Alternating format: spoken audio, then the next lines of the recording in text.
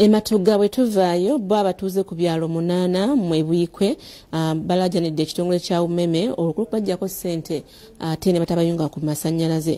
Bano basabye bekikwatako okubadduukirira n'aba Umeme nabo baliko bye babasuubizza. Bano bategeeza nti mu kiseera kino tebalina masannyalaze. Abatuuze ku byalo 8 nga kuliko Wajjija Kiyaje Nsanvu Malongo Butalaga Muluka gwe Balogo Mugombole Bwikululo beekubidde endulire mbaka waabwe sako n'abakungu gavumenti babatasi ku bbeeyi y'amasannyalaze sako n'obubbi bususse mu kitongole kya Umeme. Sabeya wa Moyo ne bajja n'emita ne solido nti ate nabo tubasasula emitwalo 5. Awo dizinga kulemiddwa mu Ssente w'eggombole Bwikwe muzisinu wasikabe mu lukiiko lwe batuzza mu tawuni y'Omwajjija balumiriza abakozi mu kitongole kya Umeme babususse okubasoloozamu ssente emitwalo 10 okudda waggulu.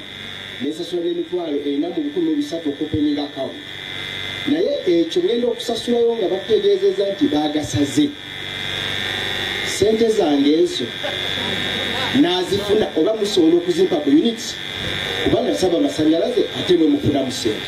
Ensonga ey'okubiri ab'amasannyalaze basaveya buli alinnya ku kikungu oba okujja okufukerera asaba ssente kuba tumanye okuva n'olwaleero aba Umeme fetusasula batusasula saveya oba mmwe amasannyalaze ne batusaba emitwalo 8 ne tugisasula ne batugamba tulina osasula emitwalo 10 simanyi certificate simanyi wayalingi ne tugiwaayo ne tulinda ne batugamba simanyi saveya agenda kujja batuleetera amasannyalaze olwo ffe tuli ba kikondo naye ng'emitwalo 8 tegyaliko kikondo ne batugamba bajja tuwa byonna tugenda okuddayo mu ofiisi omwaka nga guweddeko ne batugamba mu sisitimu tetuliimu. Ayivande bandeha akulira ebikoto Umeme erugaza siko tutira abatuuze olw'okumalinako ezibeera nga bali mu kibululu.